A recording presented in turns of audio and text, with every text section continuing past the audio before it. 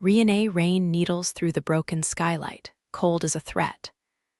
I lie belly down on wet slate, pressed into the shadow of an old clock tower that no one maintains anymore because Omegas don't get time, they get curfews. Below me, the council annex breathes light through its stained glass windows. Gold, warm, untouchable. A place built for alphas to make laws with clean hands and dirty mouths. My fingers don't shake. They never do anymore. The rifle is dismantled into 3 quiet pieces on the tarp beside me, the metal already chilled. My throat tastes like suppressants and copper. My scent is buried under bitter capsules and a smear of pine resin rubbed into my wrists. The organization taught me all of it. How to be invisible, how to be nothing, how to be a blade. He is late. My list doesn't forgive late. A door opens across the annex roofline, and a man steps out under a hooded cloak. Tall, broad shoulders. His stride unhurried, as if the world has always moved aside for him. An alpha, I lift the scope, my breath slows. The crosshair finds the space beneath his ear. One squeeze and the story ends the way all the other stories ended, a powerful alpha, suddenly mortal. Then my skin prickles. Not the rain, not the cold, something else. The sensation of being seen. I know you're there. The voice comes from behind me, close enough that the words warm the back of my neck. My body reacts before thought does. I roll, elbow driving, palms snapping for the knife taped to my forearm. The blade flashes up toward a throat I haven't looked at yet. A hand catches my wrist with controlled force, not crushing, just certain. I slam my knee upward, aiming for soft tissue. He shifts, taking the blow along his thigh, and the roof tile cracks under his boot as he anchors us both. His scent hits me through the resin and rain, cedar smoke, ink, something bruised and human under the authority. My heart stutters, not fear. Ray. I wrench, twist, try to break free. He lets my wrist go as abruptly as he caught it and steps back with his palms open, making space the way a man does when he wants you to notice he could have ended you, but chose not to. The hood falls away. Leviathan Voss, Levi, my target.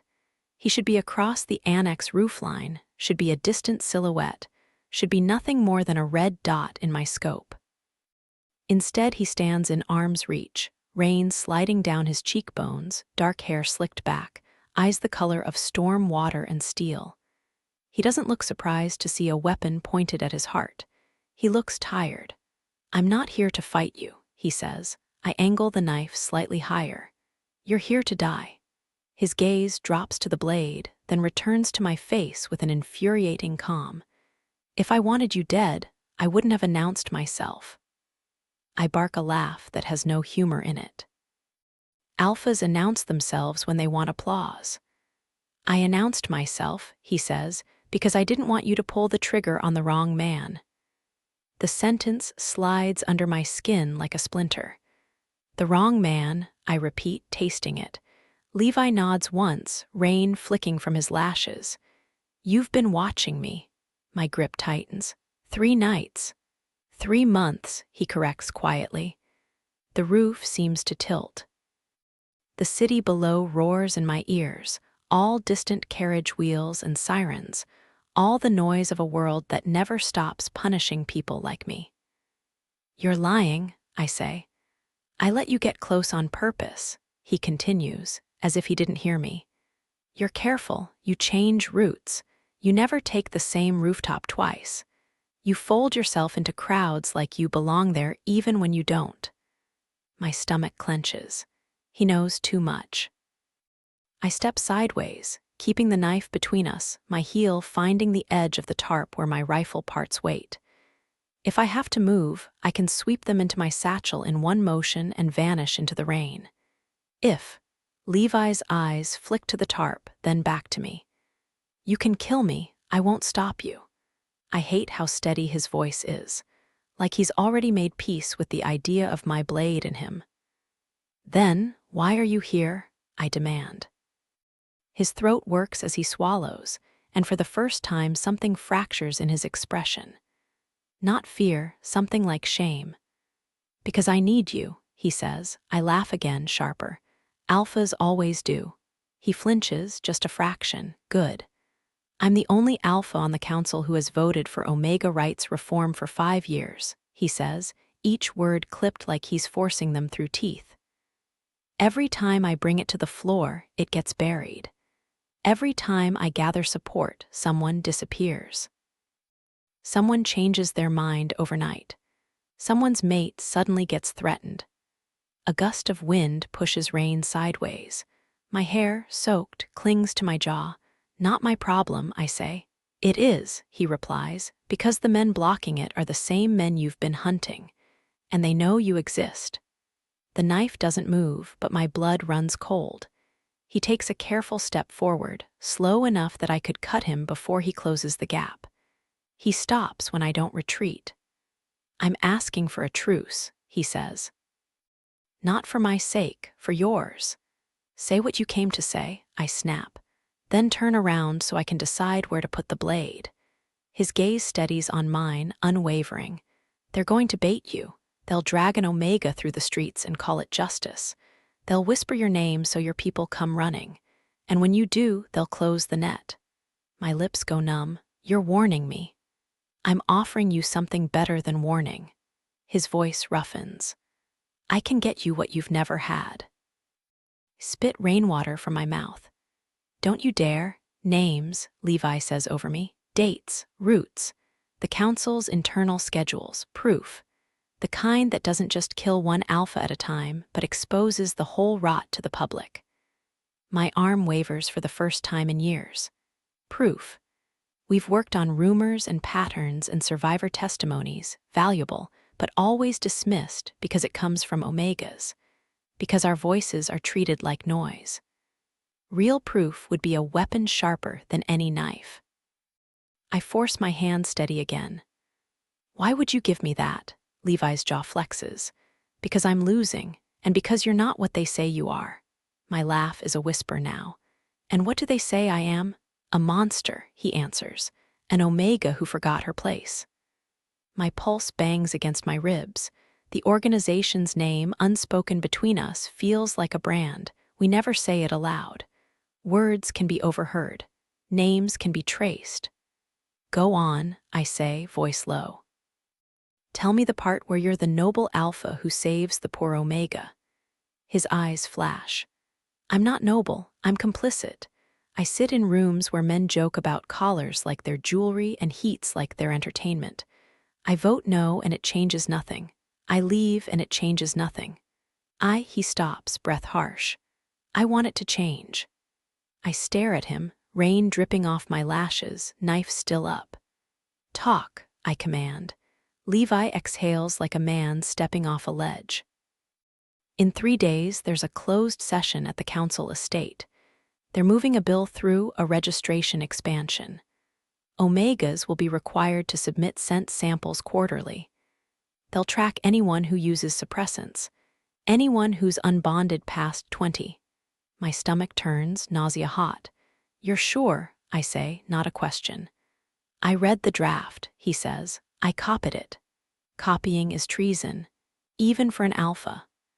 A thin thread of curiosity cuts through my hatred, dangerous as a spark in dry grass. Where is it? Levi's gaze flicks toward his coat. Not on me. Of course not, I hiss. This is a trap. It's not, he says, and for the first time he sounds like he's pleading. Reina, hearing my name from his mouth, makes my skin go tight. I never gave it to him. My knife jerks upward in warning. Don't. His eyes widen slightly, and then something like resignation settles over him. You're right, you didn't give me that. How do you know it? I demand. Levi's voice goes quiet. Because I watched the aftermath of what they did to your sister. The roof drops away beneath me. For a moment, the clock tower, the annex, the city, everything goes thin and far. My lungs refuse to fill. My sister is dead, I say, the words flat, wrong, barely mine. Levi doesn't look away. I know. I move without thinking, closing the space, grabbing his coat with my free hand and slamming him back against the brickwork. The impact reverberates through my bones. I press the knife under his jaw, just enough to dimple skin. "Say her name," I whisper, and it's a promise of violence. His breath shudders. "Saskia." The sound of it is a punch. My throat burns. "You don't get to say it." "I'm sorry," he says, and there's no performance in it. No smug alpha confidence. Just a man soaked in rain, pinned by an Omega, choosing not to fight back. I was there when they argued about it. When they said an Omega who tempted, an alpha deserved correction. When they called it an example. My hand shakes now, and I hate myself for it. "You did nothing," I say. His eyes close for a beat. When they open, something raw looks out. "I did nothing," he agrees, "and I've been choking on it ever since." The knife trembles. My anger demands release. My grief wants to claw out of my chest. I could end him here. Simple, clean, a world with one less alpha, but he's not struggling. He's not calling for guards. He's not trying to pin me, scent me, overwhelm me the way alphas do when they want an Omega to remember her place. He's letting me decide. That alone is unfamiliar enough to feel like a lie. I release his coat and step back so fast my boots skid on wet tile. "If this is a trick," I tell him, voice broken into hard edges, "I will make you regret ever being born." Levi's throat bobs as he swallows, rubbing at the faint line the knife left beneath his jaw. Understood. Wind howls through the clock tower's empty bell chamber like something laughing. I glance toward my rifle parts, then back at him. "You want to talk, we don't do it here." "I know," he says, "and you don't get to follow me like an alpha thinks he owns the street." A flicker of something amusement touches his mouth and disappears. "Then tell me how." I hate that I hesitate. Hate that he's made me picture that bill, those scent samples, my people tagged like livestock.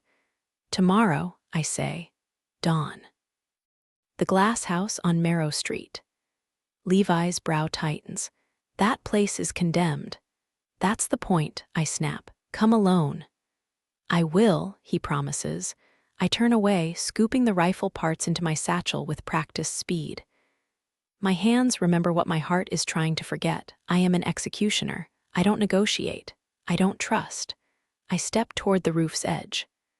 Behind me, Levi's voice follows, not loud, just steady enough to reach me through the rain. "Reina," he says, and I hate how it lands like a hand at my back. "If you decide to kill me tomorrow, I won't stop you. But at least listen first." I don't answer. Answers are threads. Threads become leashes.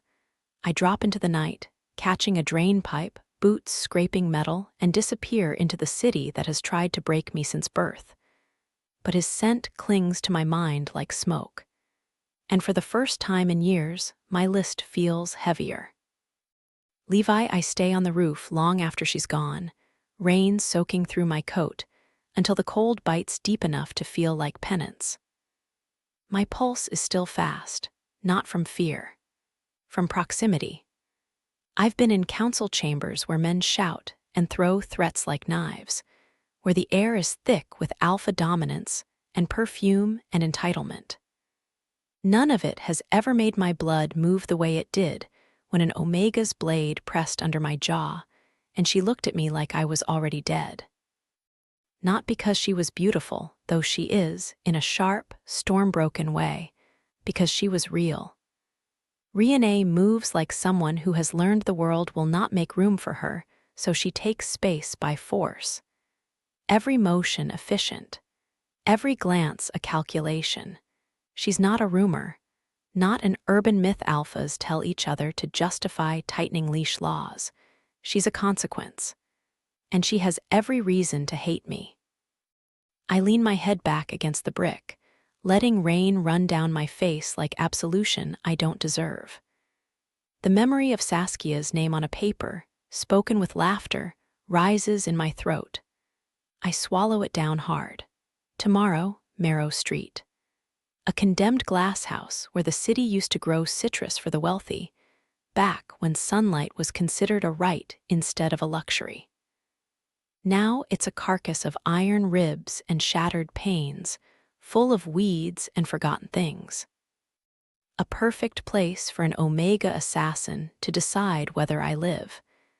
I should have brought the documents with me tonight. But bringing them would have meant trusting her before she had any reason to trust me.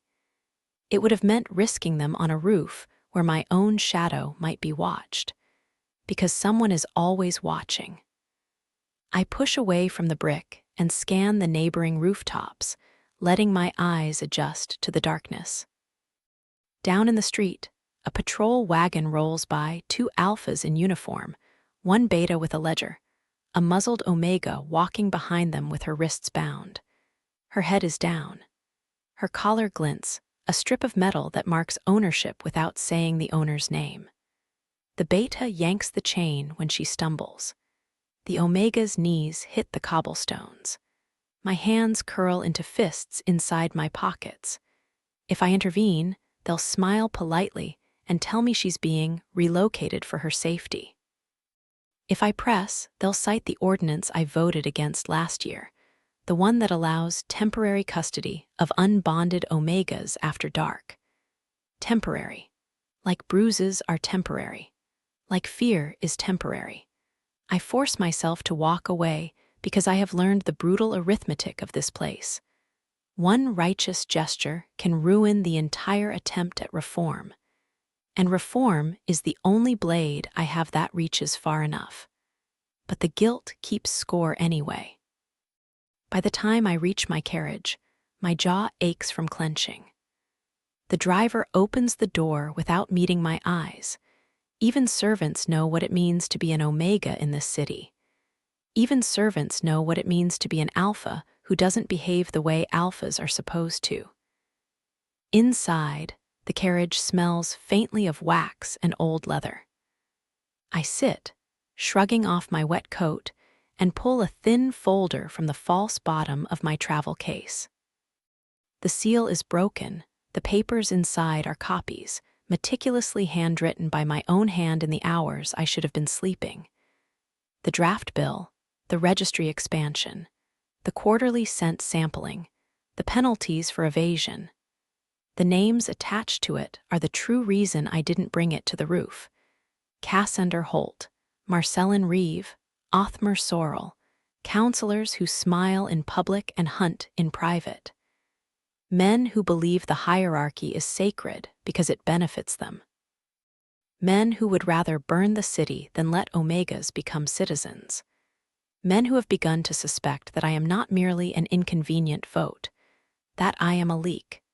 Reina is not the only one with a list. The difference is hers is written in blood. Mine is written in law. The carriage rocks forward. Through the small window, the annex recedes, and the city swallows it. I press 2 fingers to the faint line beneath my jaw where her blade touched. It should frighten me that I want to see her again. But what frightens me more is the knowledge that she might decide not to. Because if Reina doesn't help me, I may not survive long enough to bring any of this into the light. And if she does, the council will come for her with everything they have. I close my eyes. In the darkness behind my lids, I see her face when I said Saskia's name. Not tears, not hysteria, just a hollowing like a foundation cracked. The city did that to her. My kind did that. Tomorrow, I will hand her proof. And then I will put my life in the hands of an Omega who has every reason to end it. It feels, perversely, like the first honest thing I've done in years. Reina, the safe house, smells like soap and gun oil and old lavender, a scent someone chose long ago to pretend softness still existed. I climb the narrow stairwell 2 steps at a time, hood dripping onto the wood.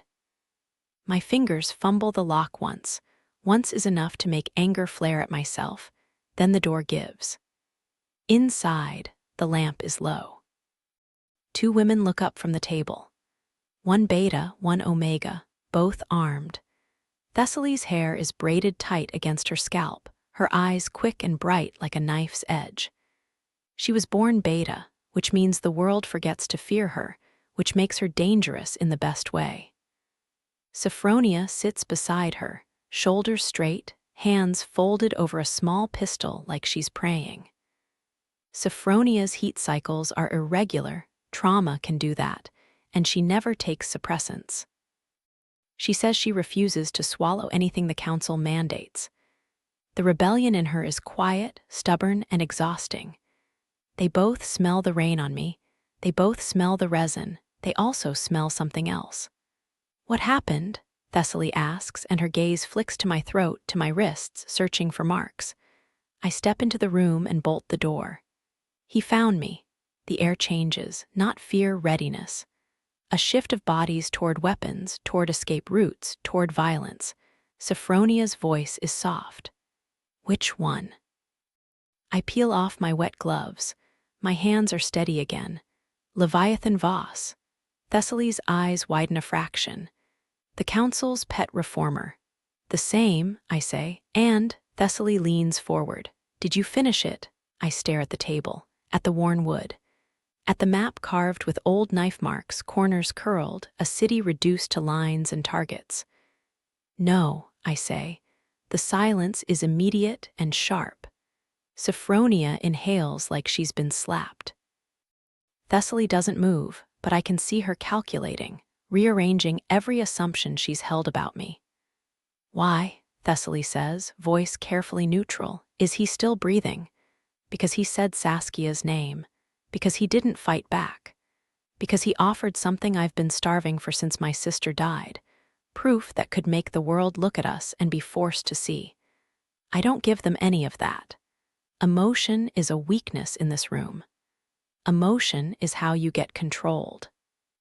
He says he has information, I answer instead. Internal, council drafts, names. Sophronia's mouth tightens. Allure, likely, I agree. Thessaly's eyes are hard. Then why meet him again? I lift my chin. Because if he's lying, I can kill him at dawn. And if he's not? Sophronia asks. The question lands like a stone in my stomach. If he's not, then the organization's rules don't fit anymore. We kill alphas who abuse. We kill alphas who own omegas like property. We kill the ones who smile while they do it. We don't have a rule for an alpha who kneels in his voice without actually kneeling. We don't have a rule for an alpha who offers us the blade in his own hand. Thessaly watches me too closely. You're thinking about trusting him. I'm thinking about using him, I snap. Sophronia's eyes soften, and that softness makes me want to scream. Reina, I slam my palms on the table. The lamp rattles. Don't, a beat. Then Thessaly speaks, quiet but firm. If you go, you don't go alone. I bare my teeth. He said alone. He doesn't get to set terms, she replies, not after everything. My breath comes fast. The room feels too small. I force myself to unclench my hands. I'll handle it, Thessaly stands. We'll shadow you. I said I'll handle it. And I said we'll shadow you, she repeats, and now there's steel in her. We don't lose you, Reina, not for an alpha's sob story. Sophronia rises too, slower. We can be out of sight. Just insurance. Insurance, a word that means love in this place. I swallow hard. My throat aches with the memory of Levi's voice saying Saskia, with the way his eyes closed like he deserved punishment. Fine, I grind out of sight. Thessaly nods once, satisfied, and begins checking her weapon. Sophronia steps around the table, hesitates, then touches my forearm with 2 fingers, light, asking permission without words. I let her. Her touch is warm, human. For a second my armor thins, and the grief beneath it presses upward like a bruise. You're not a traitor, she murmurs. You're allowed to be curious. Curious gets people killed, but it also gets people free. I pull away gently, not trusting my voice. I go to the sink and wash rain from my hands until my skin turns raw, until Levi's scent is only memory. In the cracked mirror above the basin, my eyes look back at me. Amber, too bright against my pale face, too old for 26. I whisper to my reflection, barely sound. Saskia, tell me what to do. The mirror doesn't answer. Outside, the city keeps punishing Omegas for existing, and somewhere in it, an alpha is either about to become my greatest weapon or my grave. Levi at home, the estate is too quiet. Silence was built into the architecture the same way dominance was: thick walls, high ceilings, corridors wide enough for important men to walk without brushing shoulders with servants. My mother used to say the house made you feel like a god. She said it with pride. It makes me feel like a tomb. I shrug off my wet shirt, leaving it on the floor because no one who matters is here to scold me, and pour myself a drink I don't want. The fire in the sitting room catches on gilded frames, ancestors in oil paint, all stern alpha faces, all inheritors of a world they never questioned. I set the glass down untouched and open the small safe behind the bookcase. Inside are copies of the documents, sealed in oilskin. A second bundle, letters from Omegas I've tried to help quietly over the years, requests for work permits, pleas for exemption from registry raids, pages stained with tears that dried into the paper like salt. And one more thing, wrapped carefully. A collar, not one I own. One I stole from evidence storage 3 years ago after a raid on an illegal Omega shelter. The official report called it a rescue. The Omegas called it a kidnapping. The collar is simple, steel band with a latch. No name, no owner, just the weight of what it represents. I don't know why I kept it. Maybe to remind myself what the council actually protects. Maybe because part of me thought I could use it as proof someday. Or maybe because guilt is a collector. A knock sounds, 3 precise taps. I freeze, every muscle tightening. No one knocks like that unless they're certain you'll open. I slide the safe shut, replace the bookcase panel, and cross the room with measured steps. My hand doesn't go to a weapon because I don't carry one at home. What a luxury, to have felt safe enough to stop. When I open the door, Cassandra Holt stands in the hallway, immaculate as always, silver hair combed back, smile carved into his face like it was put there by an artist who hated him. 2 men flank him, both alphas, both the kind that don't speak unless ordered. Leviathan, Cassandra says warmly, stepping inside without waiting for invitation. Out in the rain tonight, how civic-minded of you, my skin crawls. What do you want? I ask. Cassandra's gaze flicks over me, bare chest, damp hair, the faint line under my jaw. His smile deepens, not with humor but with recognition. Checking on you, he says. One worries these days, your votes, your speeches, your passion. My passion is legal, I say. Cassandra chuckles as if I told a joke. He walks toward the fire, hands clasped behind his back. Everything is legal when we write the laws. I keep my posture relaxed, though my pulse is already thundering. If you're here to threaten me, you're wasting your time. Cassandra turns, and his eyes are bright and empty.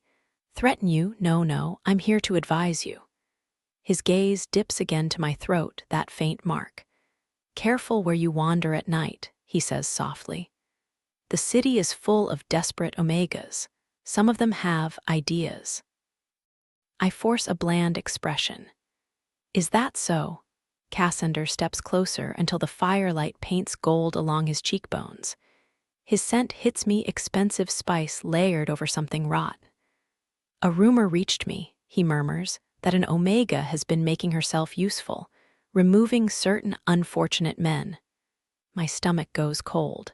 And, I say, Cassandra's smile returns. And I thought of you. Because you are, how do they say it, the council's conscience. Always trying to protect people who do not know their place. I hold his gaze.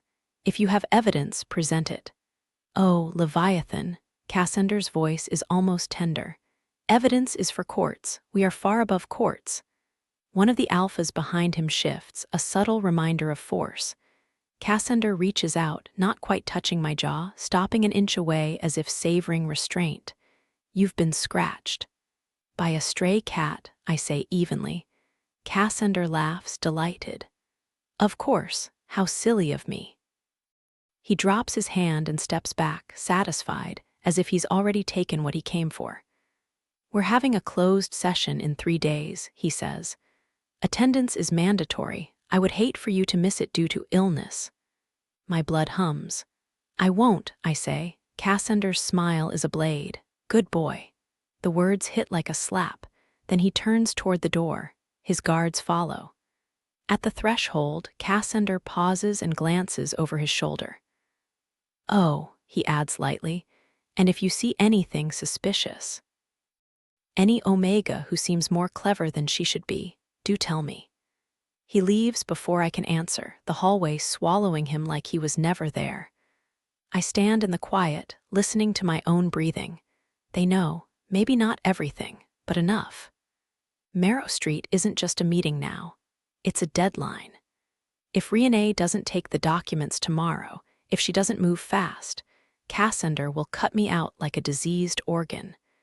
And if I die before I can expose them, then the registry bill will pass. And every Omega in the city will feel the chain tighten. I stare at the fire until my eyes burn.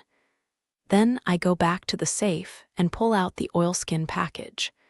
I will bring everything to her at dawn, even if it condemns me, even if it condemns us both. Reina dawn in the city tastes like ash and wet stone. Marrow Street is quieter than the districts with money. Here the buildings lean, their windows cracked, their doors reinforced with scrap metal because the law only patrols when it wants to hurt someone. The glass house squats at the end of the street like the ribcage of a dead animal. Iron arches, shattered panes, vines crawling through broken frames. I slip through a gap in the fence, boots crunching on glass. Inside, the air is damp and smells of soil that hasn't seen seeds in years. My steps are silent. My satchel hangs heavy with weapons and restraint tools, the weight familiar as a heartbeat. Somewhere outside, Thessaly and Sophronia will be watching. Shadows in the ruined street. Insurance. I move deeper into the glass house, toward the central aisle where the old planting beds form long, low walls. A figure stands ahead, backlit by the pale morning. Tall, broad, coat dark against the weak light. Levi. He's alone. Of course he is. An alpha with a death wish or an alpha too proud to admit he needs guards. He turns when he hears my footstep, and the relief that flickers across his face makes my stomach twist with something I don't want to name. He holds a package in both hands like an offering. I stop 10 paces away, far enough to strike, close enough to see his eyes clearly. You came, he says. I said I would, I reply, and my voice is colder than the morning. Levi nods, swallowing. I brought what I promised. He lifts the oilskin-wrapped bundle slightly. My gaze locks onto it. Proof. Power. A lever big enough to move the world. And you brought nothing else, I ask. His jaw tightens. Only this. I circle slowly, boots crunching on glass, watching his hands, his shoulders, the line of his throat. No obvious weapons, no hidden guards. But traps aren't always men with knives. Sometimes traps are words that make you lower yours. You said 3 months, I say, forcing the conversation into sharper edges. Why wait so long? Levi's eyes follow me. He doesn't turn fully, he keeps himself open, not presenting his back, not challenging. It's careful, thoughtful. I had to be sure, he says, that you were real, that you weren't a story the council invented to justify harsher laws. And now you're sure, I say flatly. Yes, his voice roughens. Now I'm sure, I stop. Give it to me. Levi takes 1 step forward, then stops as if remembering what I am. He sets the bundle on the edge of an old planting bed instead, sliding it toward me across damp stone. I don't move yet. Tell me what's in it, I demand. Draft legislation, he says, including the registry expansion, internal memos, voting tallies, names of donors, and he hesitates, then forces the words out. A schedule of who will be where when. A kill list wrapped in legality, my fingers flex. And what do you want in return? I ask. Levi's laugh is quiet and humorless. To stay alive long enough to see it matter. That's not an answer, I snap. He looks at me like the truth hurts. I want you to believe me. I stare at him, heartbeat loud. Why should I? Levi's throat works. Because I'm afraid. The admission lands heavy in the damp air. Alphas don't say that, not out loud, not where someone can hear. I take a step closer, still not reaching for the bundle. Afraid of what? Levi's eyes darken. Of Cassander Holt. Selin Reeve. Of the way they look at Omegas like you're not even people. Of the bill passing. Of you dying without anyone ever knowing why you fought. My chest tightens, anger and something sharper tangled together. He continues, voice low. And I'm afraid of myself, of how easy it is to live in comfort while other people drown. I can't breathe for a second, then I force air in, slow and controlled. You want absolution, I say, disgusted. Levi flinches. No. Then what? I press. He steps closer again, just one pace, stopping where he can't touch me without my permission. I want partnership, he says. You have teeth, I have access. Together we can tear them open. Partnership. The word is almost obscene, like an omega and an alpha can exist in the same sentence without someone choking on it. I look at the oilskin bundle. My hands itch to grab it and run. And then, faintly, I hear it. Not from outside, from above. A creak of iron. My gaze snaps upward toward the glass house's arched beams.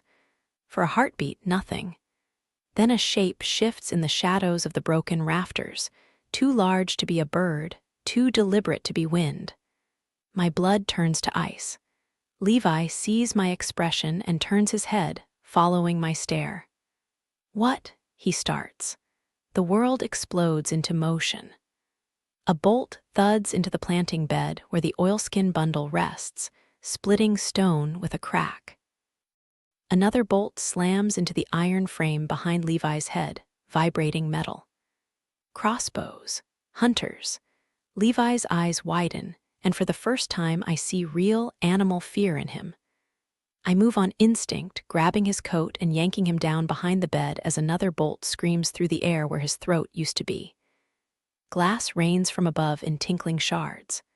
Outside, somewhere beyond the broken walls, I hear Thessaly shout, a sharp, furious sound cut short by chaos.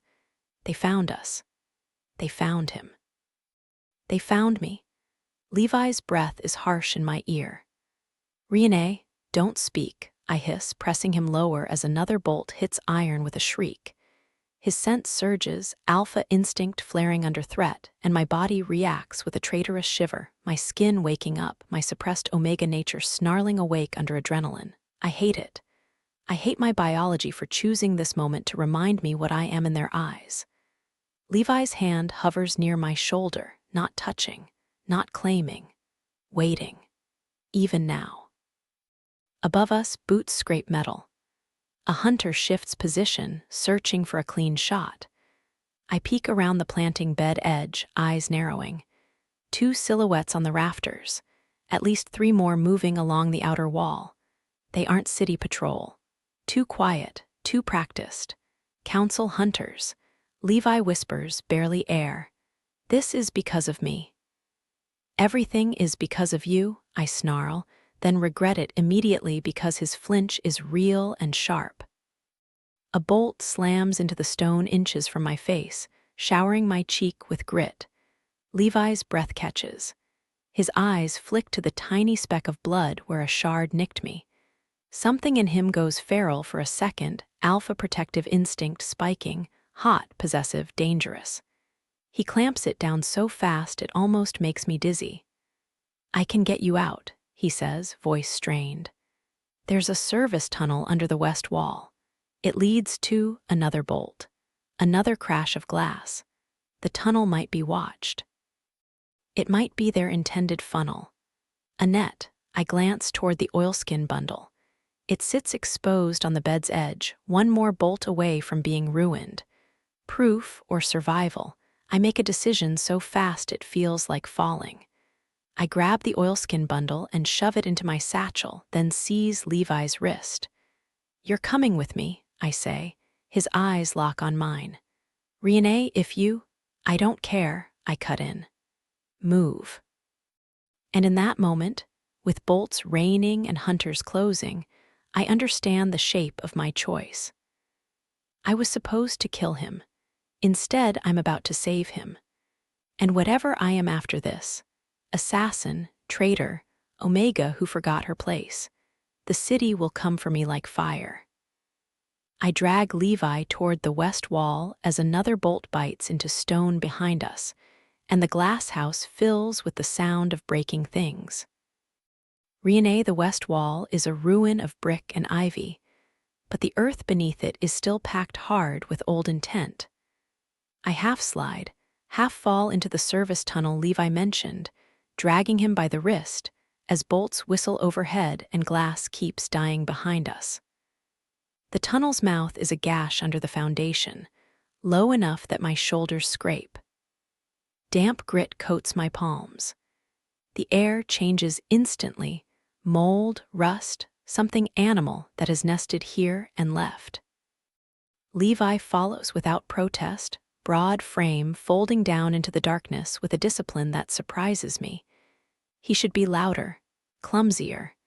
He should be an alpha unused to crawling for his life. But he moves like a man who has been waiting to be punished. A bolt clatters into the entrance behind us. Stone chips spit into my hair. "Keep your head down," I hiss, and shove my satchel forward. He doesn't argue. He just breathes hard and stays close enough that I can feel the heat of him through wet cloth, the steady presence of a body that could overpower me if he chose to. The fact that he doesn't makes my teeth ache. We crawl, elbows sliding through sludge, until the tunnel widens into a brick-lined passage with old pipes along the ceiling. Water drips steadily. Somewhere above, boots thunder, hunters moving, searching. Levi's voice is a whisper against my ear. "Left. There's a junction. How do you know this place?" I whisper back. "The estate uses tunnels like these," he says. "Old city, old secrets." I swallow anger and keep moving. At the junction, I pause, listening. The tunnel forks, one path smells like stale air and daylight, the other like rot and deeper underground. A soft click echoes, not my boots, not dripping water, a trigger. My muscles lock. Levi's eyes meet mine in the dark, and I see the moment he understands too. "Down," I breathe, we drop flat. A wire-sprung blade snaps across the passage at throat height, whistling through empty air where our necks would have been. It slams into the opposite wall with a metallic screech and retracts, shuddering. The hunters didn't just find the glass house. They prepared it. My pulse surges so hard I taste blood. "They expected you," I whisper. Levi's face goes pale in the dark. "Or expected you." "Same thing," I snarl. I reach into my satchel for a small cutter, hands steady despite the rage trying to chew through my ribs. I slice a strip from the hem of my sleeve, loop it around the wire, and tug gently until the trap's tension loosens. Then I pin the wire to the brick with a knife and crawl beneath it. Levi follows, moving with care. His scent spikes again, alpha instinct flaring, hungry and violent in the presence of danger. Then he forces it down as if he's choking on his own nature. It makes my body react in ways I hate. My skin warms. My suppressed Omega instincts claw at the surface, furious at me for keeping them caged. We crawl until the air turns colder and a faint draft brushes my cheek. Then the tunnel ends at a rusted grate. I press my ear to it. Outside, street noise, a cartwheel, someone coughing, a dog barking once. Not hunters, not boots. I slide the grate open by inches and peer out. We're beneath a shuttered butcher shop 2 blocks from Marrow Street, the floorboards above stained dark with old blood. Fitting. I pull myself out, then extend my hand back without thinking. Levi hesitates, eyes flicking to my fingers like the offer is a language he's never spoken. Then he takes it. His palm is warm, rougher than I expected, working hands under council polish. I yank him up fast, and we're standing in the dim underfloor space together, both breathing like we stole air. "What about your people?" he whispers. "Thessaly, Sophronia." The thought hits me like a fist. I close my eyes for half a beat, forcing myself not to spiral. "They'll get out," I lie, because I can't afford to believe anything else. Levi's jaw tightens. "If they're still outside, they knew the risk," I cut in, sharper than necessary. My voice cracks at the edge and I hate it. "Move." We slip through a loose board, into the butcher shop's back room, then out into the alley where rain has eased into mist. The city is waking, workers, servants, Omegas with heads down, collars glinting as if the dawn itself owns them. Levi pulls his hood up, but it does nothing to change what he is. An alpha, a target, and beside him me, an Omega with a satchel full of proof and blood in my future. A patrol wagon turns the corner ahead. I shove Levi into a doorway alcove and press myself close, shoulder to his chest, hiding him the only way the city allows an Omega to hide anything, by making myself look like a belonging. The wagon rolls past, chains clinking, and the beta in the passenger seat glances at us and looks away with bored contempt. My stomach twists. Levi goes rigid, then softens with something like horror when he realizes what I just did. When the wagon is gone, I step back fast, wiping my palm against my thigh as if contact burned. Levi's voice is hoarse. "You shouldn't have to do that." "No," I say, "but I do." I turn down the alley, scanning for tails, for glints of crossbow metal, for the subtle wrongness that means someone is watching. Levi follows half a step behind like he's learned, in the space of an hour, that survival sometimes means letting the Omega lead. We make it 3 streets before I smell smoke. Not chimney smoke. Gunpowder and lavender, my safe house. My blood freezes. I break into a run. Levi runs too, longer legs keeping pace, but he doesn't overtake me. He doesn't try to steer. He just stays close, like he understands that if this goes wrong, it won't be him paying the first price. We turn the corner and there it is. The narrow building, the lamplit windows now blown out, black soot clawing up the brick. The door hangs off one hinge. The street is scattered with paper, my maps, my lists, fluttering like wounded birds. "No," I whisper, and it comes out smaller than I meant. I rush inside. The main room is wrecked. Table splintered. Lamp shattered. The air reeks of burned cloth and spilled oil. And on the wall, written in dark paint, a single word in bold strokes. "Traitor." My lungs refuse to work. Levi steps in behind me, gaze sweeping the destruction with a soldier's attention. "Council did this." I stare at the word until it blurs. "No, because the paint isn't council ink. It's our color, the organization's mark." My knees threaten to buckle. I force them straight. "Thessaly, Sophronia. If they're alive, they'll be hunted now too. And if my own people did this, if they found out I spared an alpha, a noise from the back room makes me spin, knife up instantly.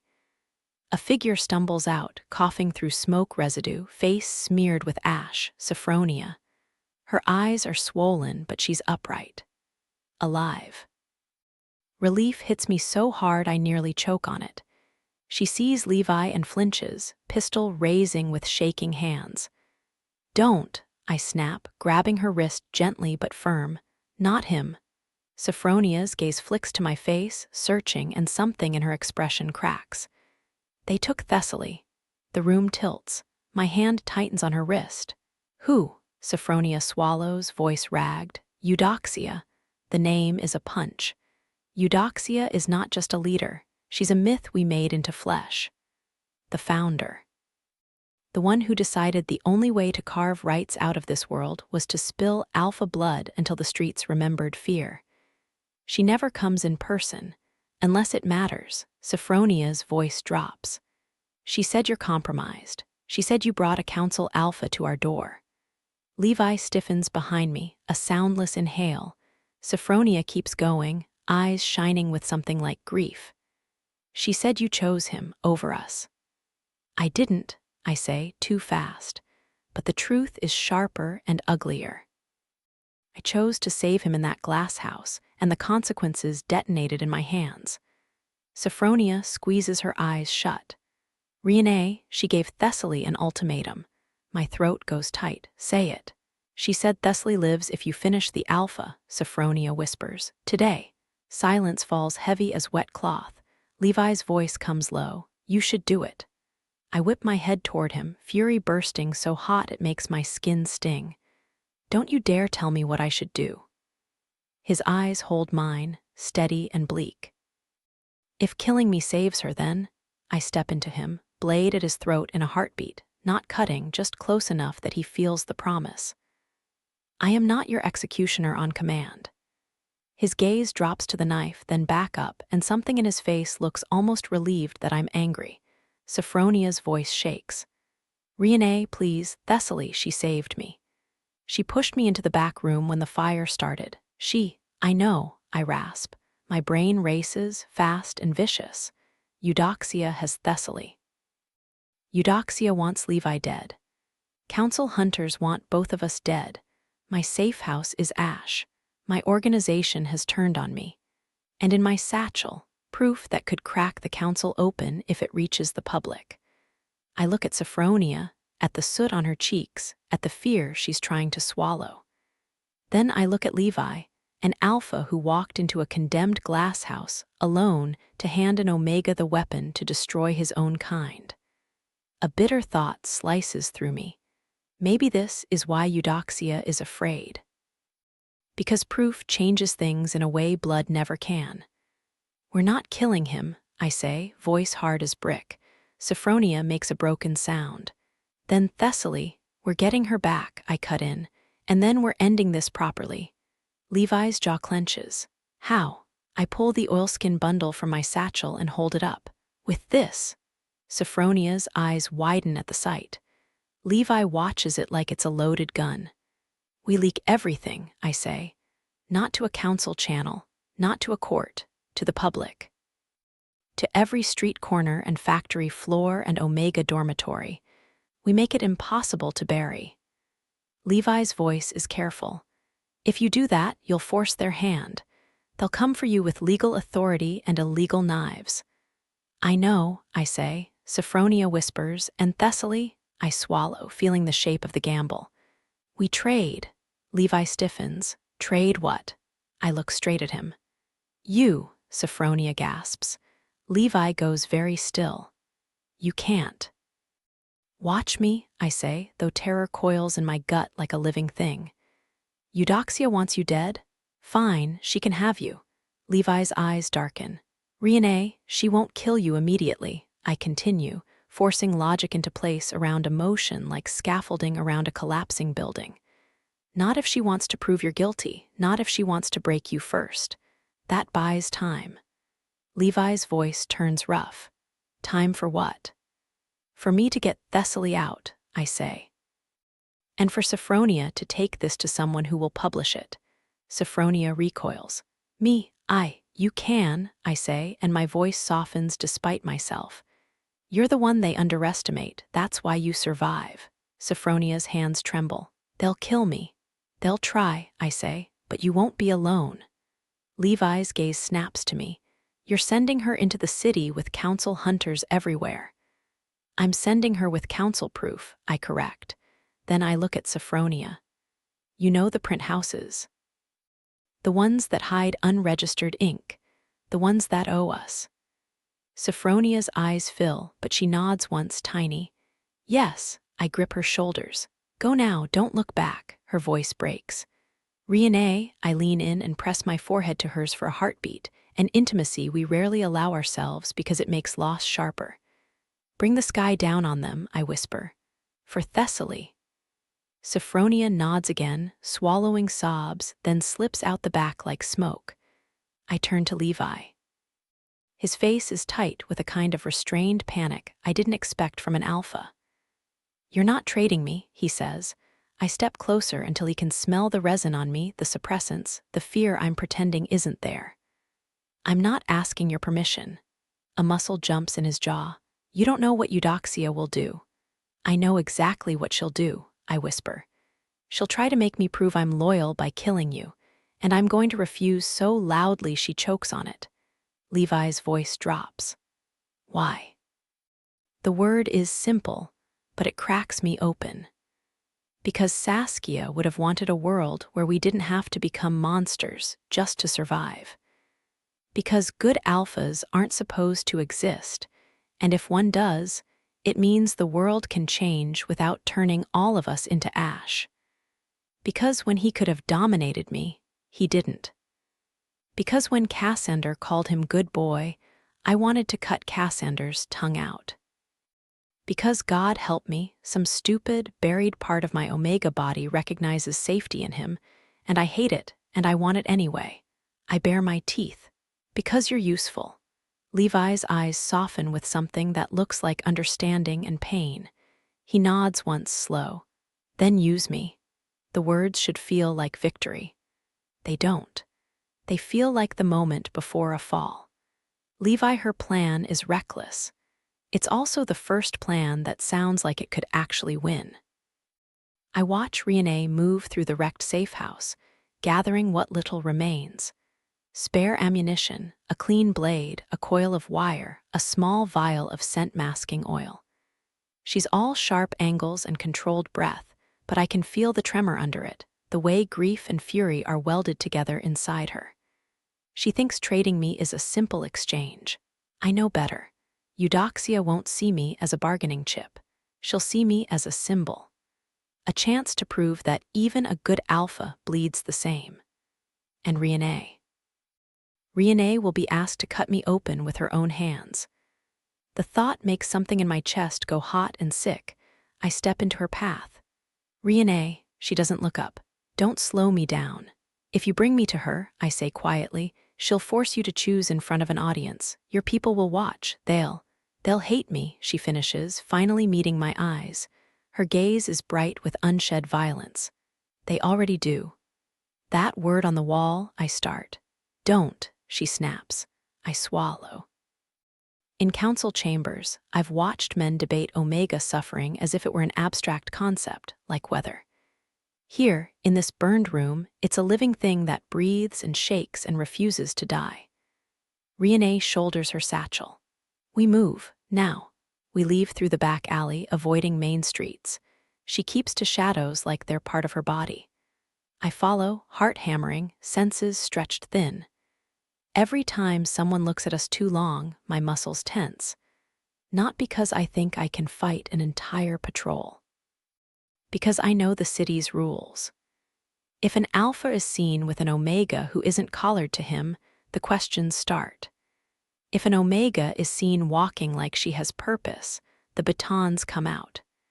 Reina moves close enough at corners to make us look like what the world expects: alpha and Omega, possession and submission. Each time, I feel her flinch inward as if she's swallowing poison. It hurts more than I thought it would. We reach an abandoned apothecary shop with boarded windows and a back room that smells of dried herbs. Reina checks the lock, then ushers me inside. She bolts the door and leans against it for half a second, eyes closed. The faintest tremor runs through her shoulders. Then she straightens like nothing happened. "You said Cassander knows," she says. "Yes," I answer. "He came to my home last night." Reina's lips press together. "He saw the mark." I touch the line under my jaw without thinking. Her gaze follows the motion, and the air between us shifts, heavy, intimate, dangerous. Her scent is muted by suppressants, but emotion leaks through chemistry no matter what you swallow. "You shouldn't have let him in," she murmurs. "He doesn't ask," I say. Reina's smile is sharp and joyless.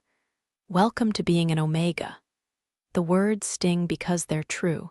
I force myself back to what matters. If Sophronia gets the documents to print, the council will claim forgery. It can claim whatever they want, Reina replies.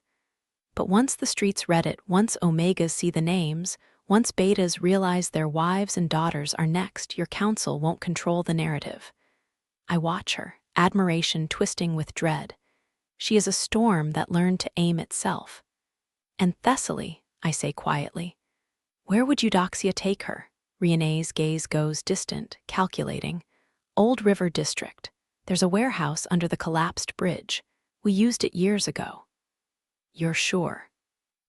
Oh, she admits, and the honesty slices. But it's where I'd take someone if I wanted the city to forget them. I step closer. Then let me help, her eyes flash. You are helping by being bait. I deserve that. Still, I say, if I'm bait, I should choose the hook.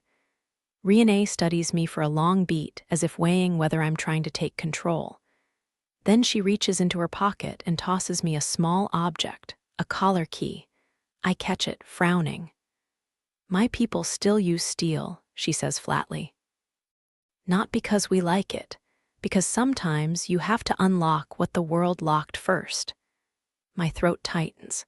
A key in my palm feels like judgment. Reina turns away, rummaging through an old cabinet. When we meet Eudoxia, you don't speak unless I tell you. I understand, I say. She pauses, then adds, voice lower, and Levi, if she orders me, my chest tightens. Reina doesn't finish. She doesn't have to. I step in close enough that I can feel the heat of her skin through her damp sleeve, but I don't touch her. I let her have the space to decide what closeness means. If she orders you, I say, you don't have to do it. Reina's laugh is raw. That's not how commands work. It is if you refuse, I say. Her eyes snap to mine, and for a moment the mask slips. I see the girl beneath the assassin, the Omega who learned too young that refusal can get you killed. I've refused my whole life, she whispers. I'm still paying.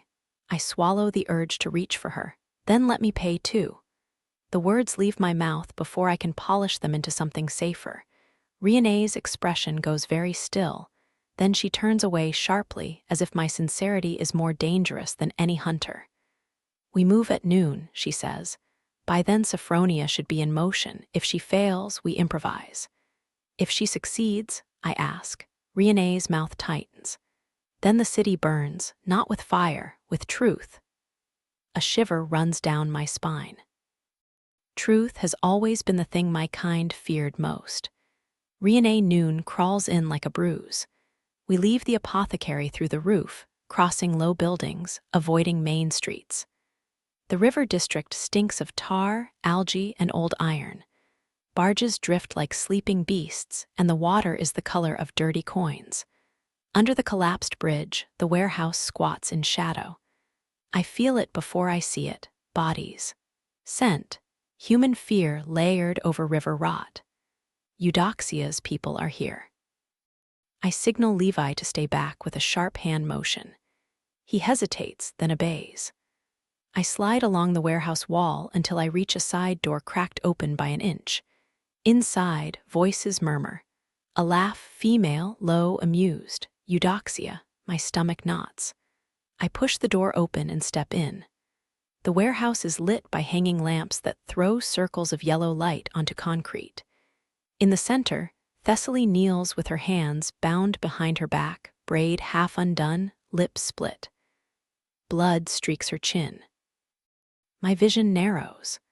Around her stand 5 figures, Omegas and Betas, all armed, all faces hard with devotion and grief, and the kind of loyalty that grows in a world that hates you. And in front of Thessaly stands Eudoxia. She is taller than me, draped in a dark coat that looks expensive enough to be stolen from an alpha's closet. Her hair is silver white, cut blunt at the jaw. Her eyes are pale and merciless, like winter sky. She smiles when she sees me. Reina, she purrs, savoring my name. Our blade returns. Thessaly's head jerks up. Her eyes meet mine, pain flaring into something like apology. My throat burns, Eudoxia tilts her head. Where is he? I step forward, hands empty, posture controlled. Alive. A ripple moves through the room, anger, disbelief. Eudoxia's smile widens. Alive. Yes, I say. She walks closer, boots clicking softly. Then you've brought him. I did, I lie smoothly. Eudoxia's gaze sharpens. Show me. I flick my eyes toward the side door. I steps in. The air changes instantly. Alphas do that to rooms full of omegas, even when the alpha isn't trying, even when the alpha is careful, even when the alpha looks haunted. Several guns lift. Knives come out. Bodies shift toward him like a wave pulling back before it crashes.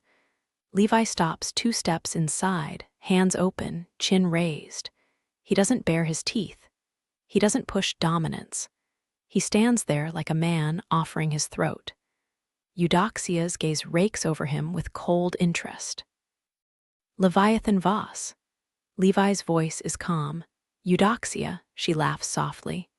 He knows me, how delightful. My pulse hammers. Eudoxia steps toward him until she's close enough to smell him. Her nostrils flare like she's tasting his intent. Then she turns her pale gaze to me. Finish it, she says. The words fall into the warehouse like a stone into water. My hands stay at my sides. My face stays still. Inside, something shakes itself awake. Saskia's name. The word traitor on my wall. Sophronia's trembling voice. Thessaly's blood. I take a slow step forward. Eudoxia's smile sharpens with satisfaction. Levi's eyes meet mine, steady, unflinching. And I realize with a strange clarity that he is ready to die, not for honor, for consequence. I stop in front of him, close enough that his scent fills my lungs. Then I turn not toward his throat, but toward Eudoxia. No, I say. The silence that follows is absolute. Eudoxia's smile doesn't fade immediately. It freezes like ice holding its shape even as it begins to crack. You refuse, she says softly. I refuse, I repeat, voice stronger. This isn't justice, it's addiction. A snarl ripples through the room. Someone shifts forward. Thessaly whispers, hoarse, Reina, don't. Eudoxia lifts a hand and Thessaly falls silent, flinching like the gesture itself is a lash. Eudoxia's eyes glitter. You've grown bold. I've grown tired, I say, and the words taste like metal. We kill 1 alpha. 10 alphas, 50. And the council writes new laws, new collars, new hunts. We stay in the dark and call it victory. Eudoxia's voice is honeyed. And you think an alpha will give you daylight. I think proof will, I snap. At that, Eudoxia's gaze sharpens into something genuinely interested. Proof, she repeats. So that's what he gave you. Levi shifts subtly beside me, ready to move if I signal. I don't. Eudoxia circles us like a predator. You believe him. That's the sickness, isn't it? You've started to believe good alphas exist. My jaw clenches. I believe this one doesn't deserve to die just because he was born with fangs. Eudoxia stops in front of me, close enough that I can see the tiny scars at her hairline, the faint line around her neck where a collar once sat. Her voice drops, suddenly intimate. And your sister? Did she deserve what happened because she was born with heat? The cruelty is surgical. My vision flashes white. Levi makes a sound, low, furious, but he clamps it down. I inhale through my nose, forcing myself not to lunge. No, I say, each syllable a blade. She didn't. Eudoxia's gaze bores into mine. Then why do you offer mercy to his kind? Because mercy isn't a gift, I whisper. It's a choice I make so this world doesn't turn me into you. The warehouse seems to hold its breath. For the first time, Eudoxia's expression actually shifts, something like offense, something like wounded pride. Then it smooths back into cold amusement. Beautiful speech, she says. Now choose. She flicks her fingers. 2 of her people seize Thessaly by the arms and drag her upright. Thessaly's face tightens with pain, but she doesn't cry out. Eudoxia's pale eyes gleam. Him or her? My heart lurches so hard it hurts. Thessaly's gaze locks on mine, fierce even through blood. She shakes her head once, tiny, stubborn. Don't choose me, her eyes say. Don't let her turn you. I swallow something that feels like glass. Levi's voice comes low at my side. Reina, save her. Eudoxia smiles, triumphant. Even the alpha understands sacrifice. My fingers curl, nails biting into my palm. Then I do the only thing left. I reach into my satchel. Eudoxia's eyes brighten in anticipation. I pull out the oilskin bundle, not a weapon. Paper, proof. I hold it up high. This is what he gave me, I say loudly so everyone hears. Draft bills, donor lists. Names of alphas who fund raids and collars and registry hunts. Names of counselors who treat omega bodies like currency. A murmur spreads through the room, shock, hunger, anger. The kind of anger that wants direction. Eudoxia's smile falters just a fraction. Give that to me. No, I say, her eyes turn glacial. Reina. I already sent copies, I lie. It's a gamble. Sophronia has the bundle's duplicates only if she had time to copy anything. She didn't. But she has the originals I gave her, and that's enough to make the lie plausible. Eudoxia steps forward fast, hand snapping out. Levi moves at the same time. He doesn't attack her. He steps between us, taking the space with his body like a shield. It's the first overtly alpha thing he's done since I met him, protective dominance aimed outward, not at me. It hits the room like a gust of heat. Several of Eudoxia's people flinch instinctively, omega bodies reacting to the old hierarchy even when their minds hate it. Eudoxia's lips peel back. How dare you? Levi's voice is low. Touch her and you'll lose your leverage. Eudoxia laughs, sharp. Leverage, you think you have any? Levi doesn't blink. You want me dead? Fine. But if you kill me now, you lose the chance to use my name to ignite your cause. And you lose your chance to claim you broke the council from within. Eudoxia's eyes narrow. Levi continues, calm as a man reading a ledger. If you let Thessaly go, I'll remain here, voluntarily, as your prisoner, until your people confirm whether the documents reach the public. My stomach drops. I whip my head toward him. No. His gaze flicks to me one brief look, heavy with meaning. Then he faces Eudoxia again. Choose, he says to her. A dead alpha you can't use, or a living one you can parade. Eudoxia studies him like she's deciding what kind of animal he is. Then she looks at me. Your alpha offers himself, she says deliberately. The possessive phrasing makes my skin crawl. He's not mine, I spit. Eudoxia's smile returns thin. Not yet, she lifts her hand. The two holding Thessaly hesitate, waiting for command. Eudoxia's eyes stay on me. If this is a lie, if nothing goes public, I will hunt you until the last breath in your body, and I will make sure every Omega who ever loved you watches. My blood runs cold. Then she flicks her fingers again. Release her. Thessaly is shoved forward. For a heartbeat, she staggers, then catches herself and runs straight to me. I grab her, arms locking around her ribs, and for one desperate second I let myself breathe her in, alive, real, furious. She clutches my coat. Reina, don't you? I know, I whisper, voice shaking. I know. Behind us, Eudoxia's people close around Levi. He doesn't struggle. He doesn't look at them like they're beneath him. He just stands, shoulders squared, accepting the chains as if he deserves them. My throat burns. Eudoxia leans close to Levi's ear and says something I can't hear.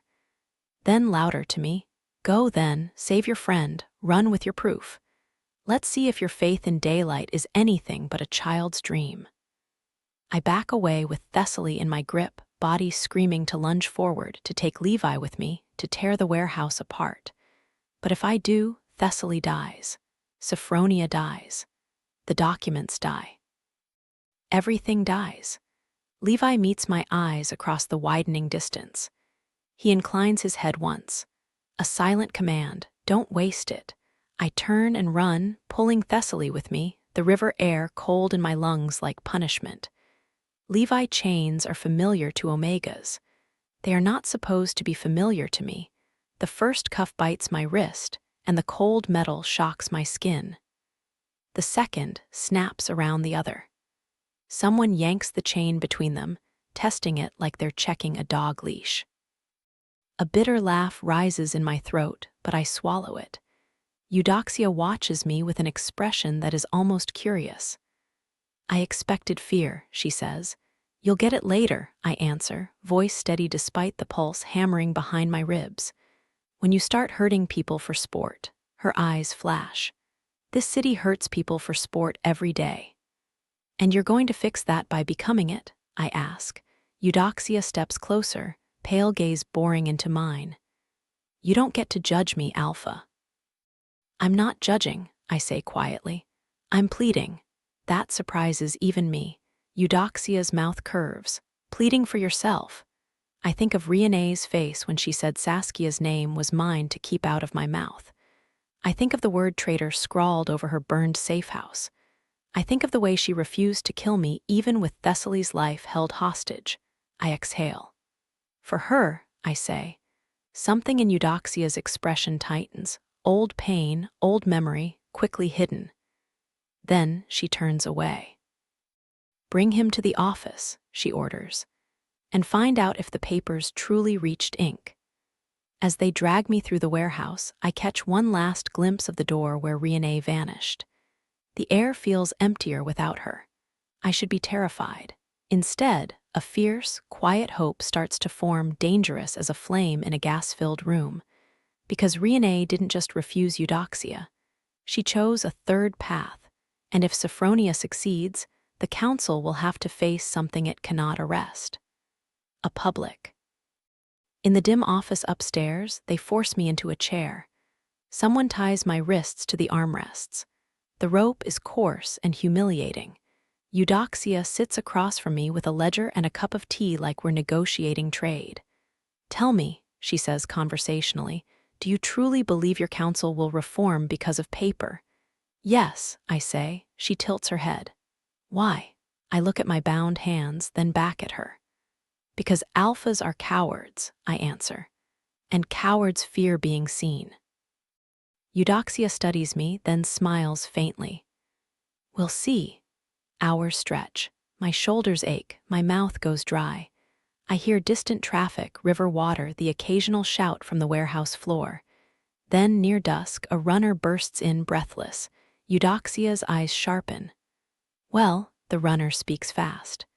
"Print sheets are everywhere, the harbor quarter, the factory dorms, even the registry offices. Names, schedules, signatures, council seals." For a heartbeat, Eudoxia is perfectly still. Then her expression twists into something like satisfaction and grief intertwined. "Daylight," she murmurs, almost to herself. I close my eyes, letting relief hit me so hard it makes me dizzy. Sophronia did it. Reina's gamble wasn't a lie. Eudoxia looks at me again, and now there's calculation in her gaze.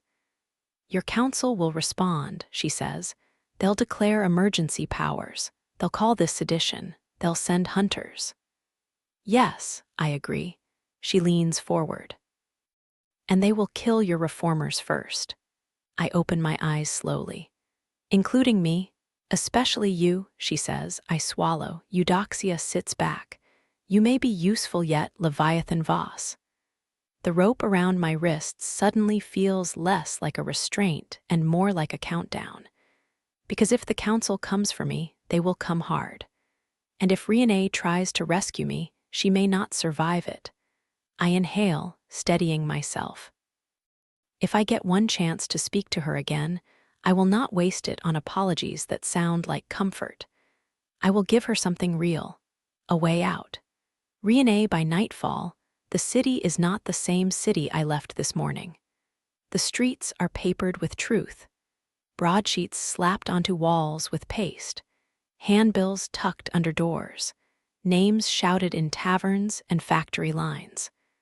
Donor lists read aloud in Omega dormitories like prayers. Council seals reproduced in black ink, so no one can pretend it's rumor.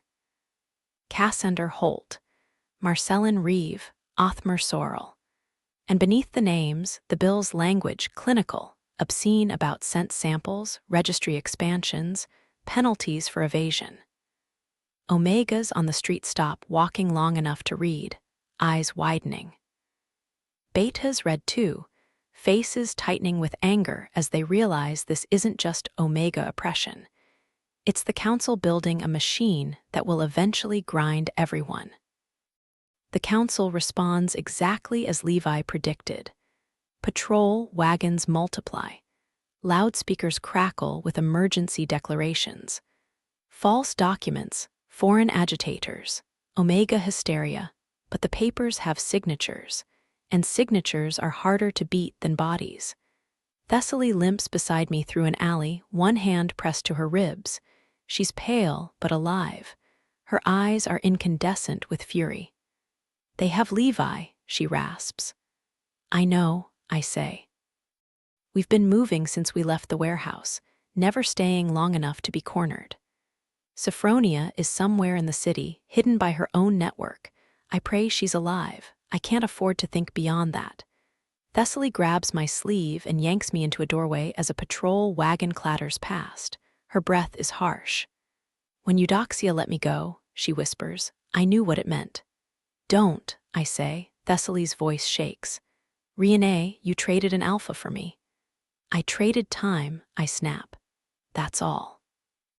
Thessaly's gaze is sharp despite the pain. "Do you care about him?" The question hits like a bolt. I open my mouth to deny it.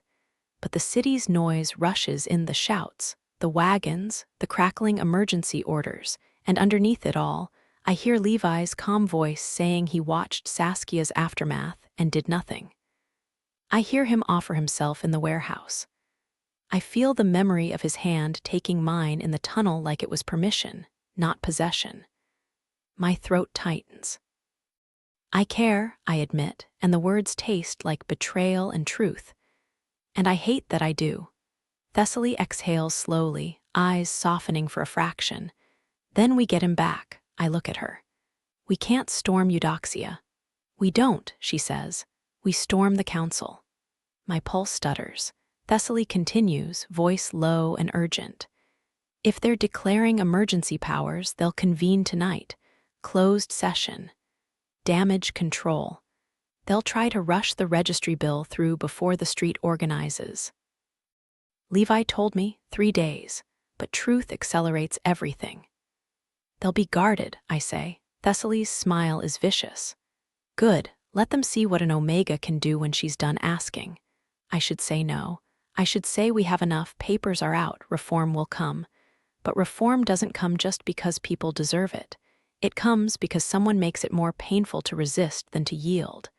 And Levi is still in chains because I ran. "Where?" I ask. Thessaly names the council estate. I nod once. We move. The estate sits on a hill like an accusation, lit by torches, surrounded by iron gates. Patrols thicken the closer we get.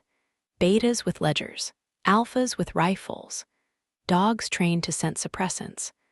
I rub scent-masking oil into my wrists until the skin burns, then smear the rest across Thessaly's collarbone.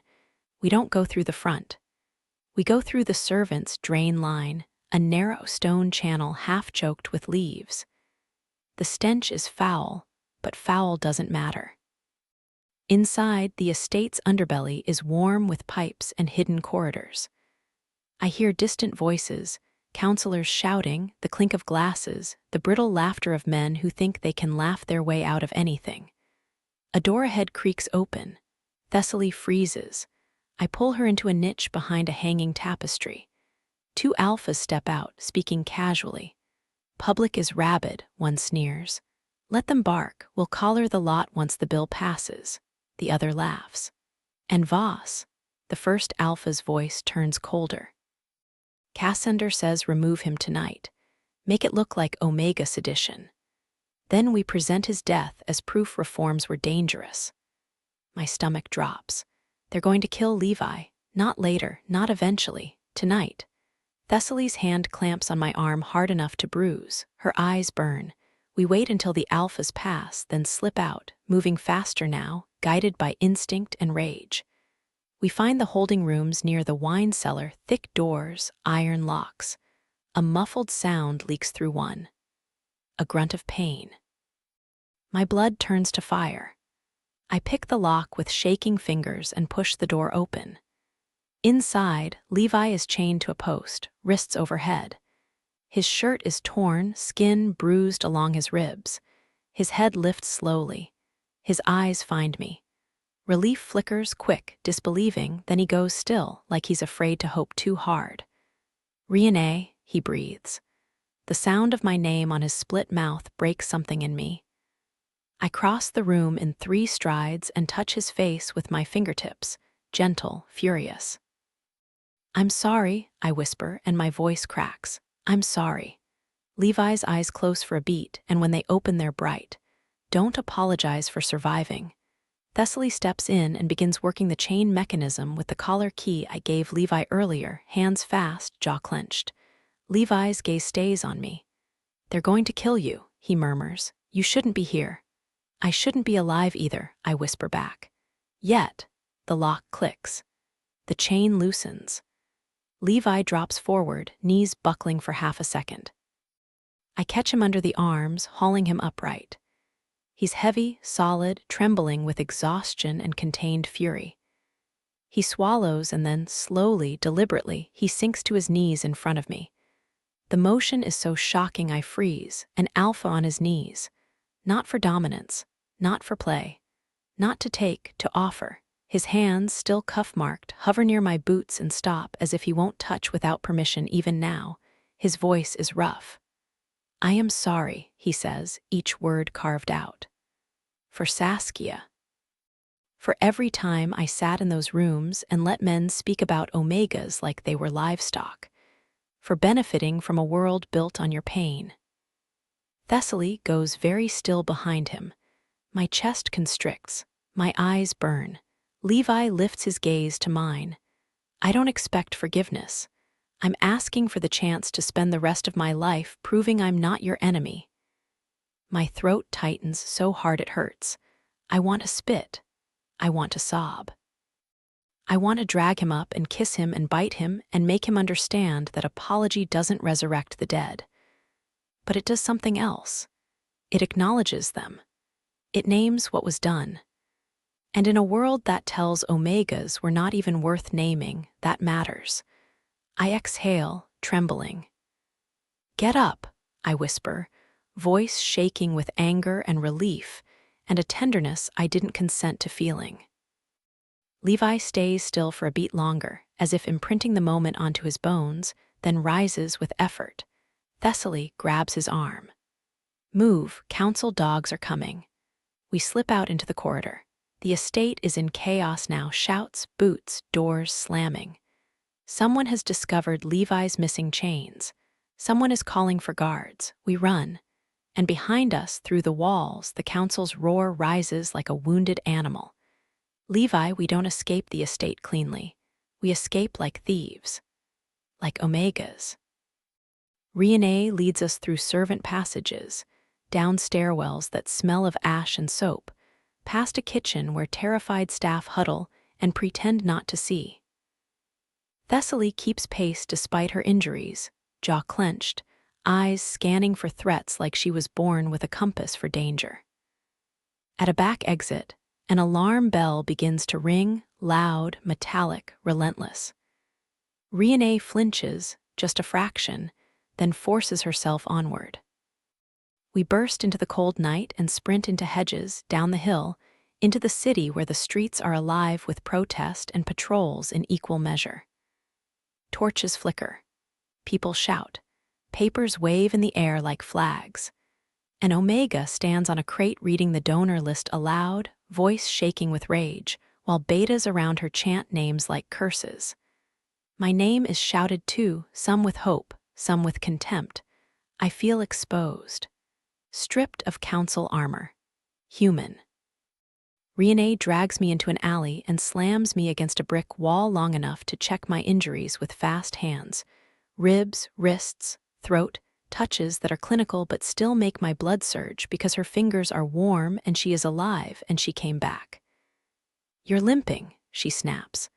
"I'm fine," I lie. She bares her teeth. "You're bleeding."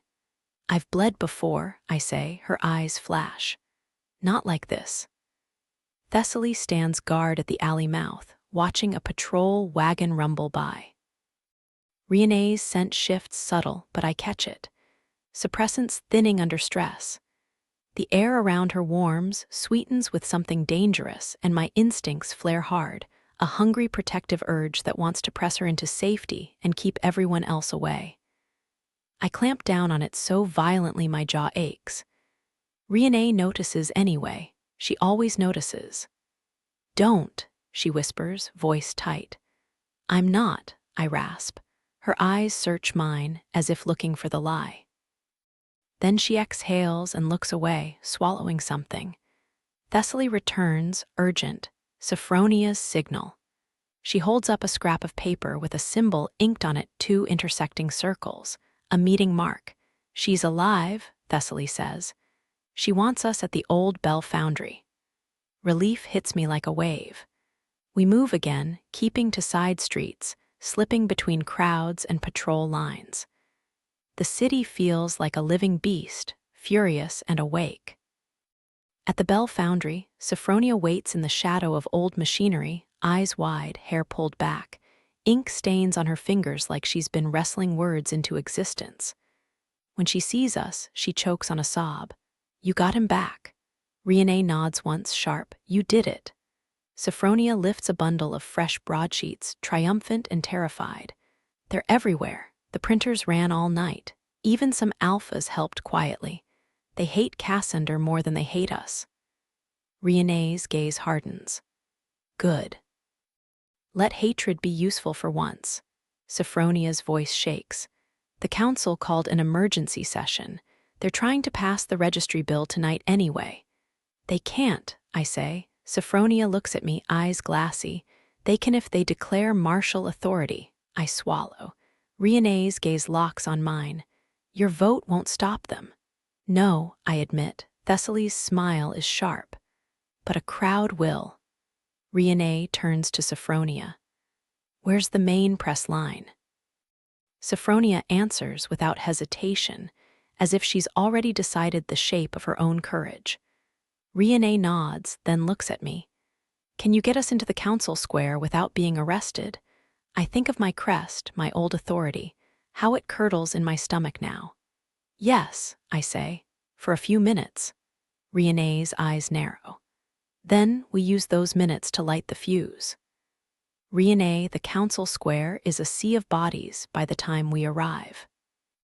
Omegas clustered in groups, some collared, some not, faces lifted for the first time as if they've remembered they have necks.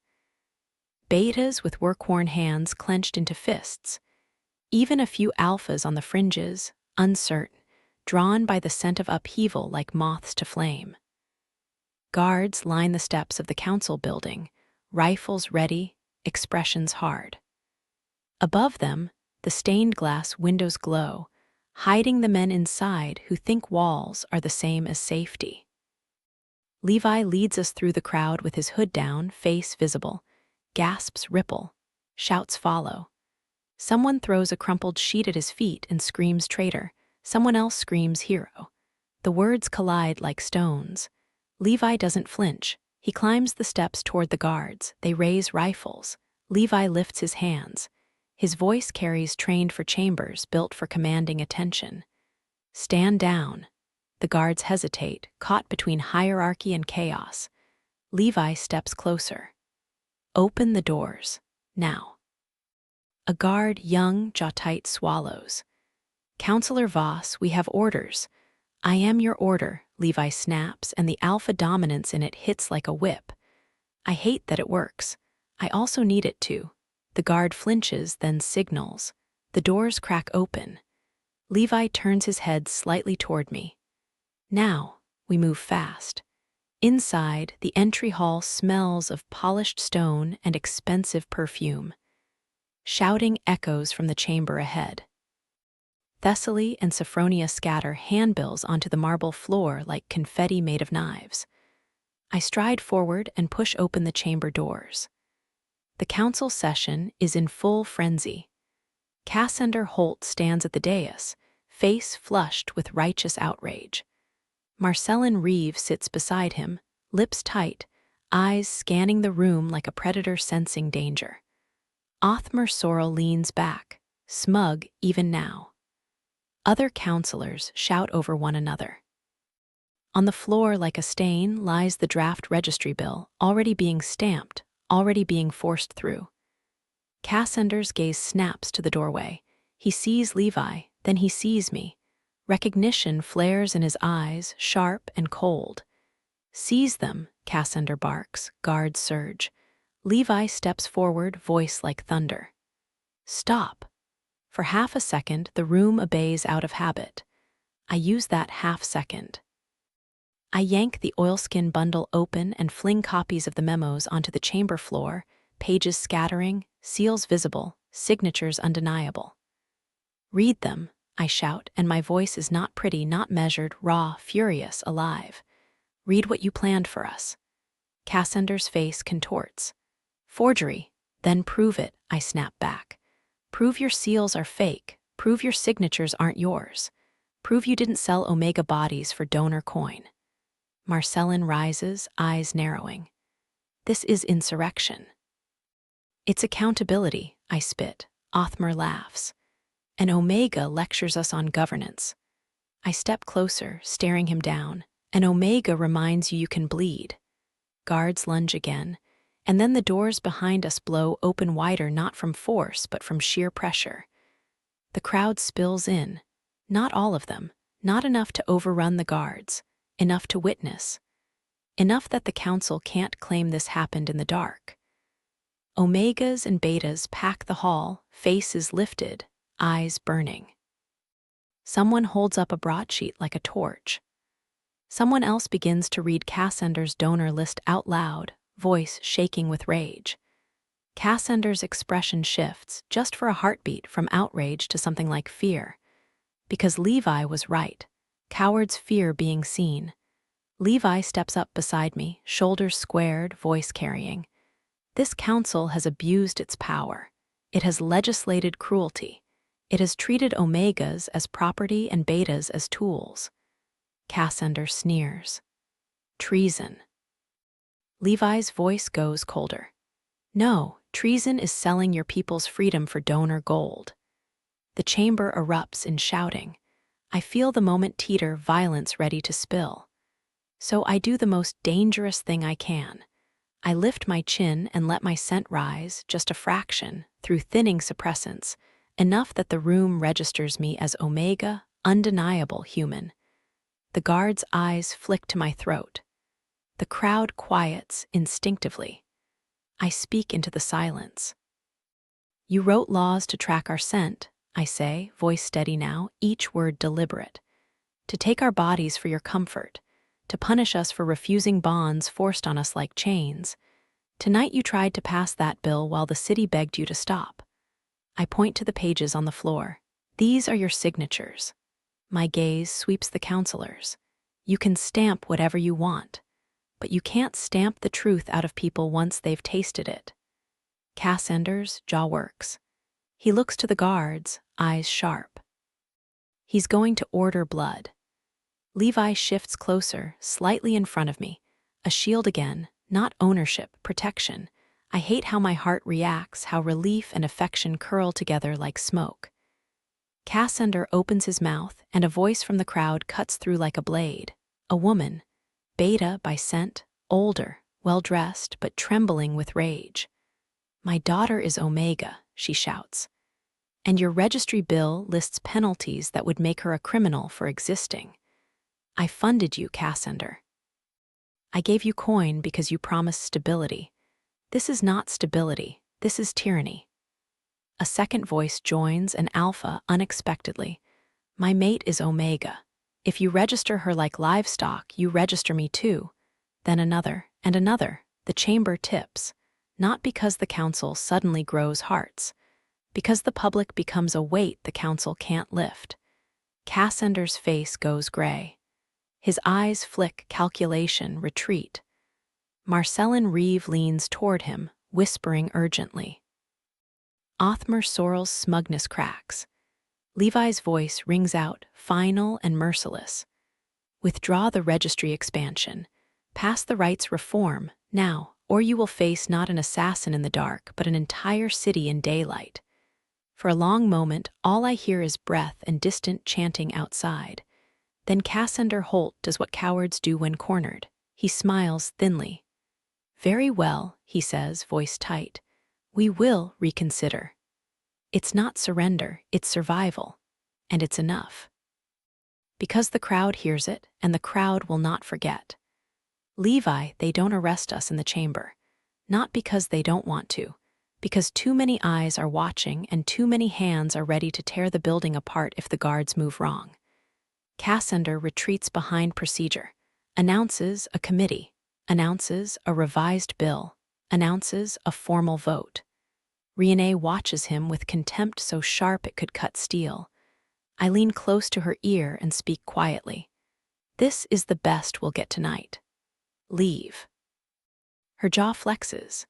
If we leave, they'll regroup. They'll regroup anyway, I say. But if we stay, they'll kill you in a hallway where no one can see. Her eyes flick to mine. Then she nods once tight, furious, controlled. We move through the crowd, guided by Thessaly and Sophronia, slipping out before the council can snap its jaws shut. Outside, the square is a roar, chants, tears, laughter that sounds like hysteria, because people have been forced silent so long they don't know how to hold sound safely. Disappear into side streets. Hours later, news spreads like wildfire, not from the council, from the people.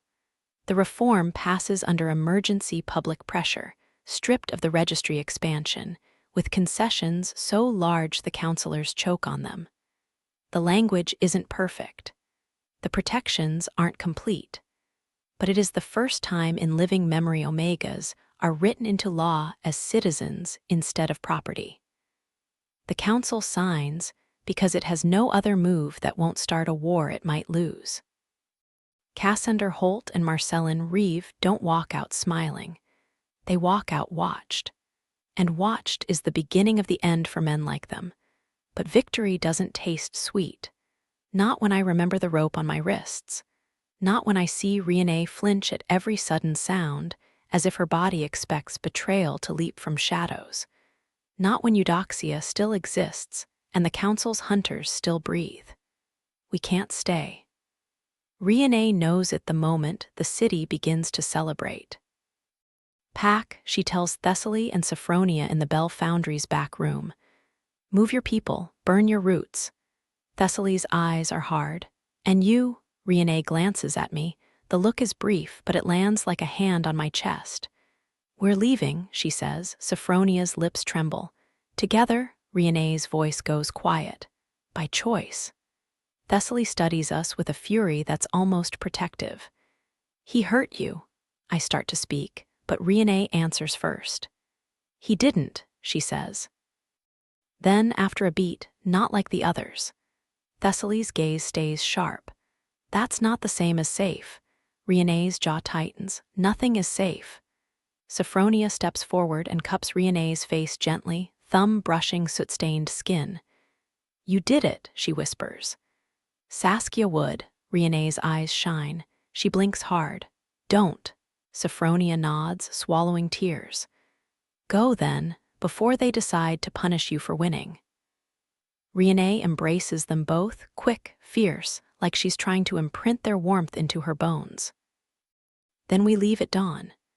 We take a freight train north, hidden among crates of salt and dried citrus, and the city falls away behind us like a nightmare exhaling.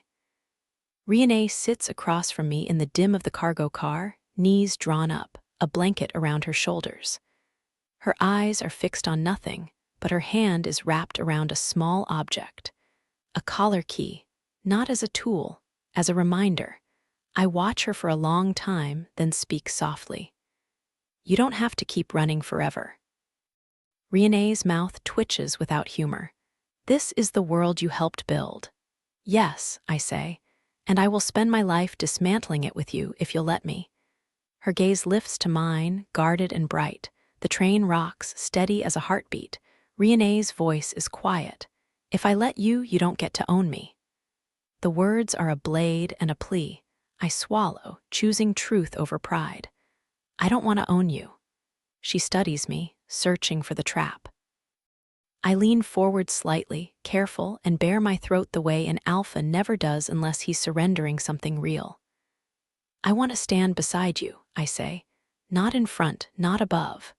Renee's breath catches. In the dim light, her eyes soften by a fraction, as if some locked part of her is considering the impossible. Then she reaches out. Her fingertips touch the faint scar under my jaw where her knife kissed me on the roof. Not threatening, not testing, remembering. I don't forgive you, she whispers. I know, I answer, her touch lingers. But I choose you, she says, voice shaking like she hates that it does. For now, for as long as you keep choosing right. My chest tightens, relief so sharp it hurts. I don't reach for her like a claim. I only cover her fingers with my hand, gentle, asking. She lets me. Outside, sunrise spills pale gold over fields I've never seen, and for the first time the light doesn't feel like something reserved for alphas. It feels like something we stole back. Thank you for listening all the way to the end. Your time means everything, and I hope you felt every heartbeat of Reina and Levi's fight for truth, freedom, and each other. If I were listening, I'd be thinking, Levi didn't just fall in love, he chose to dismantle his own power for her, and that's rarer than any fated bond. Now tell me, would you have trusted Levi after he found Reina in the first ambush, or would you have taken the shot anyway? Drop your answer in the comments, because I want to know what kind of heart you have.